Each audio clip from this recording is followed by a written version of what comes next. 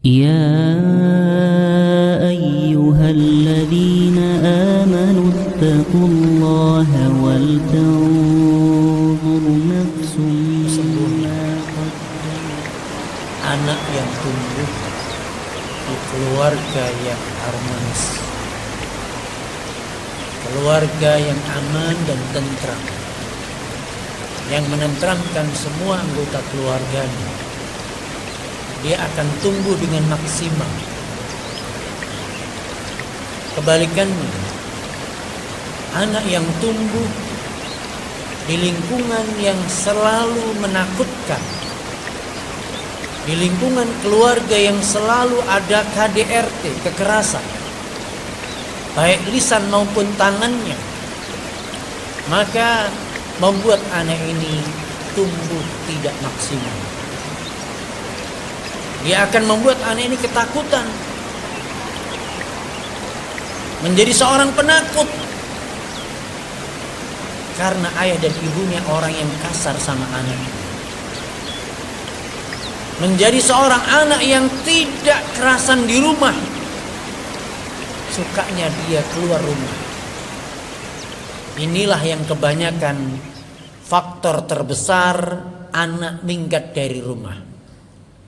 Karena orang tua gagal menciptakan suasana yang harmonis, suasana yang aman dan nyaman buat anak.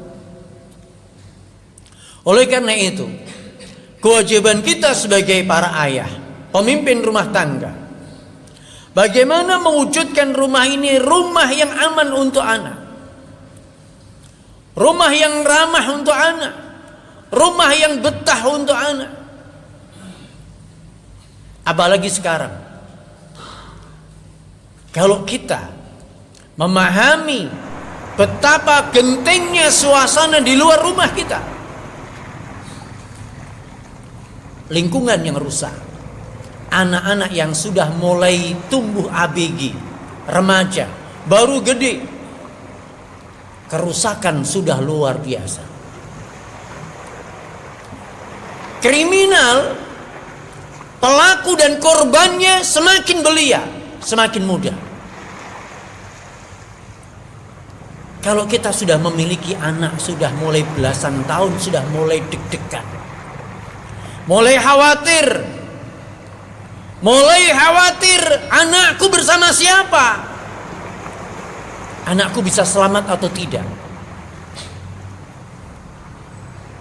Semua orang tuh mengkhawatirkan itu untuk anaknya yang baru gede. Kalau kita mengkhawatirkan lingkungan luar sana, benteng terakhirnya adalah rumah tangga. Benteng terakhirnya adalah ayah dan ibunya menciptakan suasana yang aman, nyaman untuk anak di rumah. Kita nggak bisa mengendalikan luar sana. Kita nggak bisa mengendalikan teman-temannya. Kita nggak bisa mengendalikan teknologi. Kita nggak bisa mengendalikan lingkungan di sana. Tapi kita bisa mengendalikan suasana rumah kita. Maka hendaknya kita sadari ini, bagaimana menciptakan rumah tangga yang aman, nyaman untuk anak kita.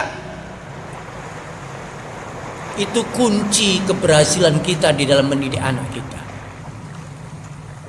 Karena hari ini sekali lagi benteng terakhirnya adalah rumah. Bahkan rumah pun sekarang gak aman. Internet sudah menembus ke rumah-rumah kita, ke kamar anak-anak kita, ke kamar istri kita. Namun ini adalah benteng terakhir, rumah. Saya ingin menyampaikan beberapa langkah yang harus ditempuh oleh seorang yang ingin menciptakan suasana yang aman, nyaman untuk anak. Yang pertama, hendaknya kita mulai menyadari, kita dengan istri kita, sadarilah kalau kita sudah punya anak, letakkan ego kita masing-masing. Letakkan ego kita masing-masing demi maslahatnya untuk anak. Ego kita, gak perlu kita menuntut pasangan kita untuk sempurna. cukuplah kita meletakkan ego kita masing-masing. Nggak menuntut anak, nggak menuntut pasangan kita untuk membahagiakan kita. Tapi yang harus kita tuntut adalah bagaimana bagaimana kita membahagiakan pasangan kita. Bagaimana seorang suami menuntut dirinya, bagaimana aku menjadi seorang suami bisa membahagiakan istriku. Apa yang bisa saya lakukan untuk kebahagiaan istriku? Lebih perhatian, lebih bertanggung jawab, mencukupi nafkahnya, lebih ada waktu untuk keluarga, lebih care dengan kesusahannya. Kita harus berusaha meletakkan ego dan mengedepankan kepentingan pasangan kita dan keluarga kita. Karena ketenangan istri kita adalah ketenangan ibu anak kita. Ketenangan istri kita adalah ketenangan ibu anak kita. Ibunya stres, jangan diharap anak kita akan kerasan di rumah. Demikian juga seorang istri harus punya target, apa yang bisa saya lakukan untuk membahagiakan suamiku. Aku harus mentaatinya, menghormatinya, melayaninya, memuliakannya, mendahulukan kepentingannya. Demi keharmonisan, karena ini adalah syarat tumbuh kembangnya anak-anak kita. Jadi kita tidak lagi menuntut pasangan kita, tapi menuntut diri. Bagaimana aku menjadi seorang suami yang bisa membahagiakan istri? Bagaimana aku menjadi seorang ayah yang bisa menenteramkan, membahagiakan anak? Bagaimana aku menjadi seorang istri dan ibu yang menenteramkan untuk suami dan anak-anakku? Kesuksesan membangun rumah tangga akan menjadi penentu kesuksesan anak kita dalam pendidikan anak kita. Tentu di sini harus bebas dari kekerasan. Semuanya harus meletakkan egonya. Semuanya harus berlemah lembut. Inilah keluarga yang Allah inginkan kebaikan pada keluarga tersebut. Sebagaimana hadis Rasulullah SAW yang diriwayatkan oleh Imam Ahmad dari Ummul Mukminin Aisyah radhiyallahu anha, Rasulullah mengatakan, fa innallaha idza arada bi ahli baitin khairan adkhala alaihimur rifqa. Sesungguhnya Allah jika menginginkan kebaikan untuk sebuah keluarga, saya ulangi lagi, sesungguhnya Allah kalau menginginkan kebaikan untuk sebuah keluarga, Allah akan jadikan semua anggota keluarga itu memiliki sifat lemah lembut, saling mengasihi, saling memaafkan, saling toleransi, saling memahami kekurangan masing-masing, saling tawadhu terhadap pasangan. Seorang suami ketika mengaturkan kepada istrinya, mengakui kekurangannya, maafkan saya Di, kalau selama ini abang belum bisa membahagiakan kamu. Ini akan membuat seorang istri semakin mencintai suaminya. Istri pun juga akan mengatakan seperti itu. Enggak bang, aku yang minta maaf, belum bisa membahagiakan abang. Suami istri saling tawadhu, suami istri saling merendah, saling merendahkan diri, mengakui kesalahan dan kekurangannya. Masih jauh daripada kekurangan dan kesalahan sebagai seorang suami yang sempurna. Masih jauh daripada seorang istri yang sempurna. Akui, masing-masing mengoreksi untuk menjadi seorang pribadi yang selalu memperbaiki diri. Tapi kalau hanya bisa menuntut, Adik kok nggak bisa membahagiakan abang selama ini. Maka dia pun akan menuntut. Abang pun nggak bisa membahagiakan adik. Berantem lagi, berantem tiap hari. Kalau sudah keluarga berantem tiap hari, dampaknya anak kita akan ketakutan melihat tiap hari ayah dan ibunya bertengkar, melihat ayah dan ibunya berteriak lantang, melihat bantingan pintu, piring yang pecah. Anak menjadi takut, jadi penakut karena KDRT yang ada dalam rumahnya. Oleh karena itu para ayah dan para hadirin sekalian, kita harus pahami, selama kita nggak bisa meletakkan ego kita dan mengedepankan kebaikan dan kemaslahatan untuk rumah tangga kita dan masa depan anak-anak kita,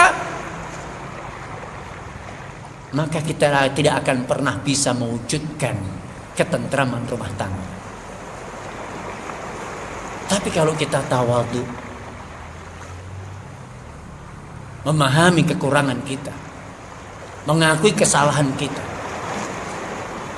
sama-sama mengoreksi masing-masing. Ayo kita bagaimana kita menjadi keluarga yang bergandeng tangan menuju ke surga.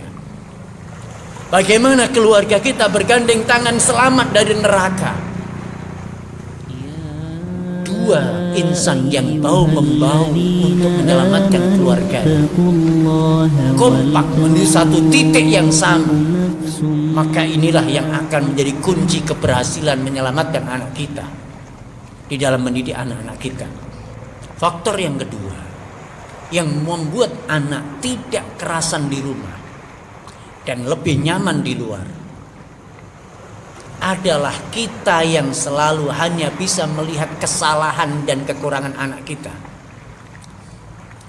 Kalau yang kita lihat adalah kekurangan dan kesalahan anak, maka yang muncul keluar dari mulut kita adalah bentakan, marah, bentak, ancaman, pukul. Dan kalau itu setiap hari dirasakan oleh anak kita, anak akan menilai, ayah tidak sayang sama aku, ibu enggak sayang sama aku. Aku selalu salah di mata ayah, aku selalu salah di mata ibu. Lebih baik aku keluar. Maka banyak anak-anak yang minggat dari rumah.